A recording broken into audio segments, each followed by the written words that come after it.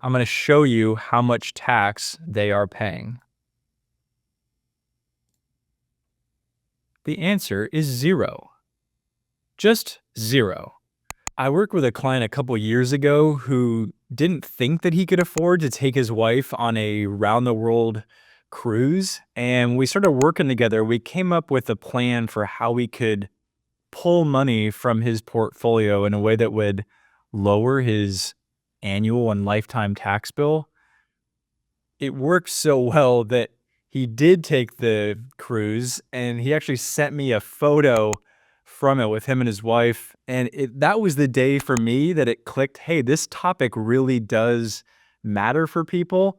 And today in this video, I'm gonna share the same 3 things that I share with him, and by the end of it, you're gonna have a very clear idea for how you can potentially reduce your own tax bill, and have the retirement outcome that you want. So we're going to cover 3 things: how to think about Roth IRA distributions, how to think about how tax codes really work, because that's going to make it really easy for you to take advantage of the tax code and use the distribution strategy that I share in this video. And then the third thing is I'm going to talk about the distribution strategy have found works really well, which I call the tax two-step. So let's jump into all 3 of those. When it comes to Roth distributions, keep it simple. Roth money is your most valuable money you have. It grows tax-free forever. It's even tax-free for your beneficiaries. What I want you to take away from this is consider taking Roth IRA distributions last. Keep it simple. A trigger for thinking about when to actually take some Roth distributions is if tax rates go up in the future, and they may, or if you have a really high income year, maybe you sell a house, sell a business, and you can't use all those proceeds for your expenses. That might be a scenario for Roth distribution. So main message here, just consider taking Roth IRA distributions last. And now that we have that sorted, everything else is going to get easier. So next thing I want to share is a quick analogy for how tax brackets work in this country. And this is not an exciting subject, but I promise if you spend 90 seconds, hearing me out on this, it's going to make it significantly easier for you to reduce your lifetime tax bill. So without further ado, I just want you to think of a staircase in your house. This is how tax rates work. The ground floor, so you're right up against the first stair. The ground floor is the tax-free zone. The first $30,000 that you make as a household, I'm assuming that you're married filing jointly, the first $30K is tax-free. After we've earned the 30 grand, we step up to the first step. Now we're on the 10% bracket. This is where your next $24,000 of income gets taxed at 10%. Now here's the mistake that most people end up making. They think that if they're in the 10% bracket for when they're earning more money, that they're paying 10% on all of their income. That is not the case. So throw that idea out. It just applies to the next dollar that you're earning. Okay? So once we've earned $30,000 on the ground floor, $24,000 on the first step, now we go up onto the second step. This is the 12% bracket, and this applies to the next $74,000 of income that you earn.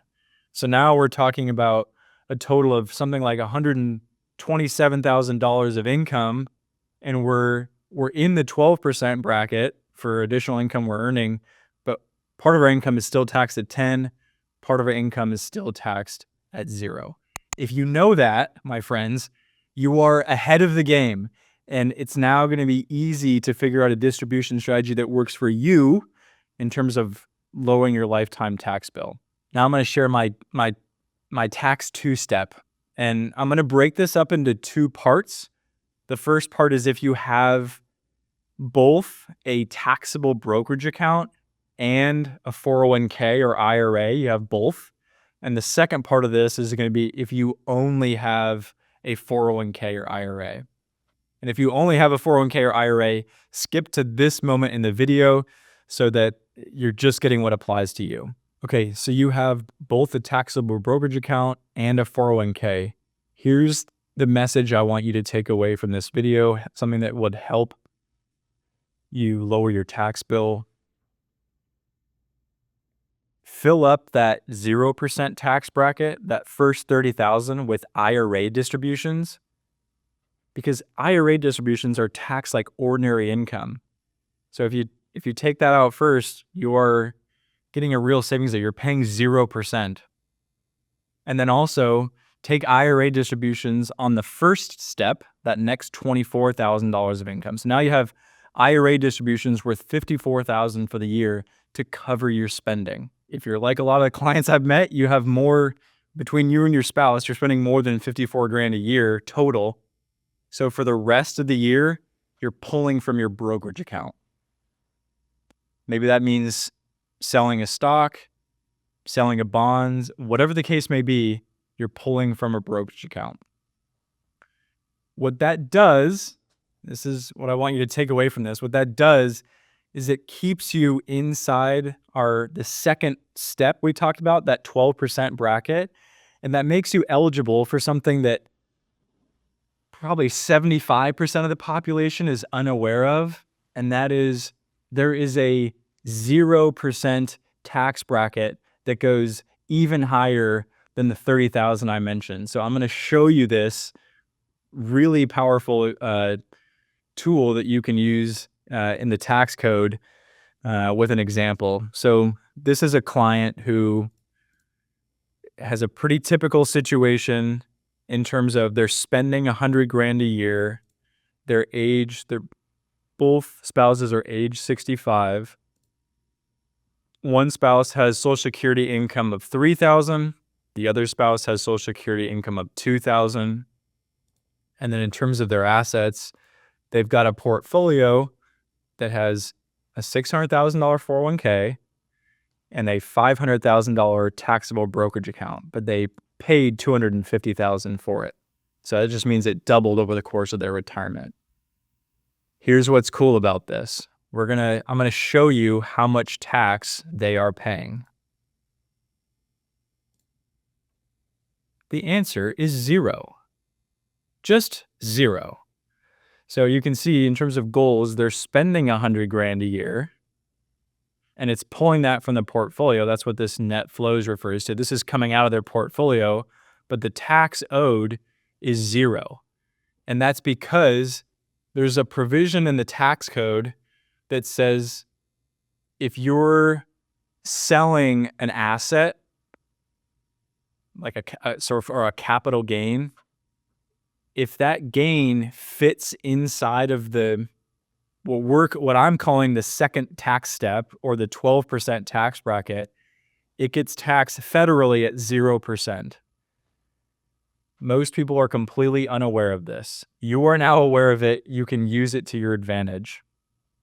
Now, this is not just conceptual. For this client, they're going to pay 0 for the first 5 years into the retirement, and then they're going to both of them will start Social Security at age 70. Even then, the combination of their Social Security income and their tax sales is keeping them inside the 12% bracket, the second step. They're going to keep paying 0 taxes for the next 1, 2, 3, 4, 5 years. It's only until they start taking required minimum distributions that they're going to owe any taxes at all. This is a dream setup, and it's one that if you have a combination of brokerage account and IRA that you can replicate. Okay, so just to recap this, if you have a brokerage account and a 401k, the strategy here, this tax two-step, means you're taking IRA distributions for the ground floor and first step, that first $54,000 of income in a year to cover your spending. And then you're pulling from your brokerage account to cover the rest of your spending while staying inside that 12% tax bracket, the second step. Knowing that, you are now armed and dangerous. So let me know in the comments how it works out for you. Okay, so if you only have a 401k, I've got an easy message for you here. You can keep your portfolio distribution strategy as simple as taking money out in proportion to your spending. It can be that simple. If you're going to be spending less than $117,000 a year, you become a candidate for doing Roth conversions. And those are relevant if you have a larger IRA. Just as a general rule here, I'm going to say that one that's worth, or retirement accounts worth more than $1.5 million, that would be a large amount. It becomes relevant because if we keep an IRA like that growing throughout your retirement, 60s, 70s, and into 80s, the government eventually imposes required minimum distributions. They force you to take money out of your portfolio. And when they do that, it can force you into higher tax brackets, into higher steps in that staircase that we talked about. And we're trying to avoid that. So a Roth conversion is just taking money from your 401k or IRA and moving it into a Roth IRA, where now it's going to be growing tax-free, and it's going to be tax-free for your beneficiaries as well. When we do a conversion, all we're doing is we're just locking in a lower tax rate today. That's it. So I'm going to show you, and this is especially applicable if you're, like I said, spending less than 117 grand, at least in 2025. If you're at least 65 and retired and you haven't started taking Social Security yet, you are a good candidate for Roth conversions. So let me show you a quick example here. This is another client who's again age 65, same Social Security setup as before. One's earning $3,000, the other $2,000. We're spending $90,000 a year as a household, and then we have a 401k account. So this is their entire nest egg, worth $1.6 million. Now, if we toggle over to tax strategies, we're going to look at what happens if we use some Roth conversions. So right now, we have no Roth conversions in the queue. We're going to say, well, what if we change that? And each year, we stay on the second tax step, so the 12% bracket, and just move some money from IRA to Roth. What happens? So I'm going to hit refresh. Wham. We end up reducing our tax bill by $206,000 over the course of our lifetime, which leaves us with that same amount more that we can give to heirs. That is a beautiful thing. This is why this topic is so valuable. This is why the client that I worked with felt confident. Hey, I actually can take that trip. Look how much more is available. So this is all about using the tax code to your advantage.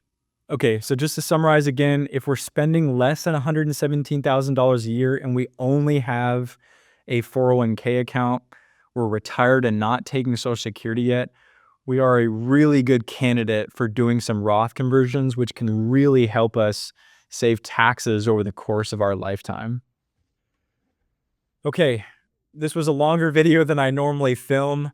If you're still watching, I hope you found this valuable. I'm going to make the same planning software that we use at my firm, Farnam Financial, and that I've showed you in this video. I'm going to make that available to you for free. You can input whatever information you want into it and use these same tools. And I'm not going to charge you anything. It's no sweat off my back, and as you've seen, this can end up saving you a ton of money over time. So If you click the link in the description, it will take you to the website called Right Capital. That's what we're looking at right now on this page. That's what I got. This is a topic that is kind of off the beaten path, but it just becomes so important as we're nearing retirement. I hope you found a ton of value in it. I'm Jonathan Bird. I'm the founder of Farnam Financial. If you did find value in it, by all means, I invite you to subscribe. I make videos every week, and I am now starting a playlist of a series of videos that you can watch that's going to make it really easy to transition into retirement, and it's going to give you a lot more comfort and security as you go through this process, because there's a lot of information out there. A lot of it is confusing or junk, but the analogy that we use at my firm is that we're trying to turn your financial house into your financial castle, insofar as a castle represents things like security and protection and longevity. So thanks again for tuning in, and we'll see you next week. Take care.